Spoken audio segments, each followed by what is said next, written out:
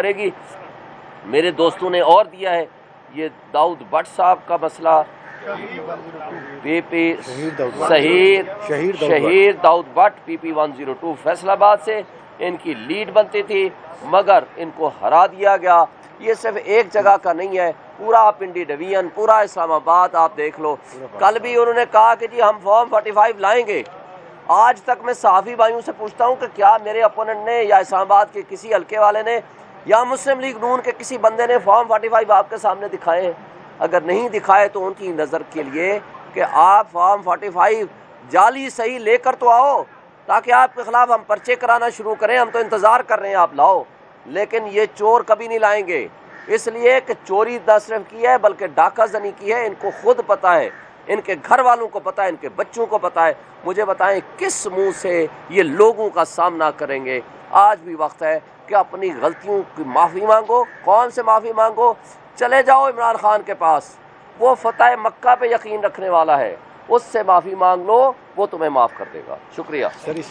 اس میں ایک بات میں سمیع اللہ چودھری ہوں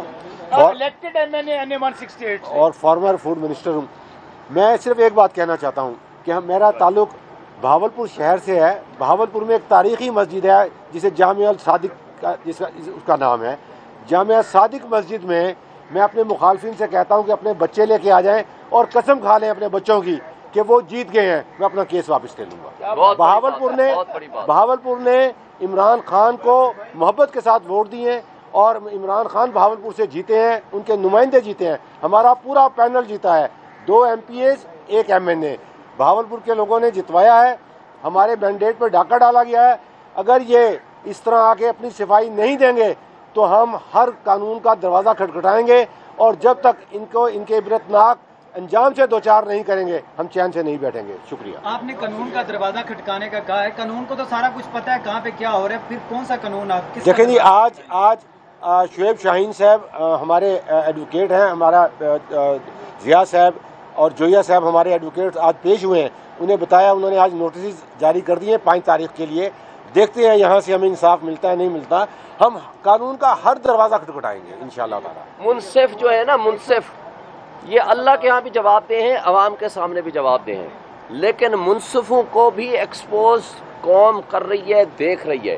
منصف اگر بےایمانی کرے گا اس دنیا میں بھی بھگتے گا, اگلے جہان بھی بھگتے گا. ہم اس وقت, میرا اور ان کا صرف حق نہیں ہے کہ ہم نمائندے ہیں, بھئی یہ عوام کا حق ہے, حق کی حکمرانی عوام کا ہے.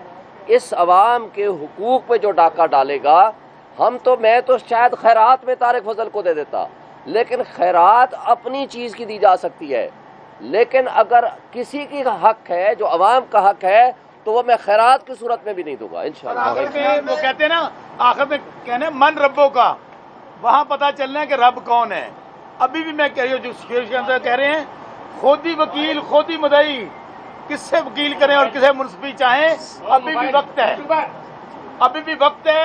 ہم اداروں سے بھی کہہ رہے ہیں, بدنا جو شیخ شاہین صاحب نے کہا ہے, عمران خان صاحب کی قیادت میں پورا پاکستان اکٹھا ہے. عمران خان پاکستان ہے. جب عمران خان کو کتنی دیر جیل میں رکھیں گے؟ جیل میں بیٹھ کے اس نے پورا نظام ننگا کر دیا ہے.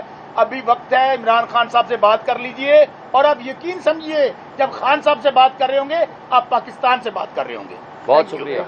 سر آپ کے خیال میں الیکشن میں سب سے زیادہ مداخلت کس نے کی؟ سب سے زیادہ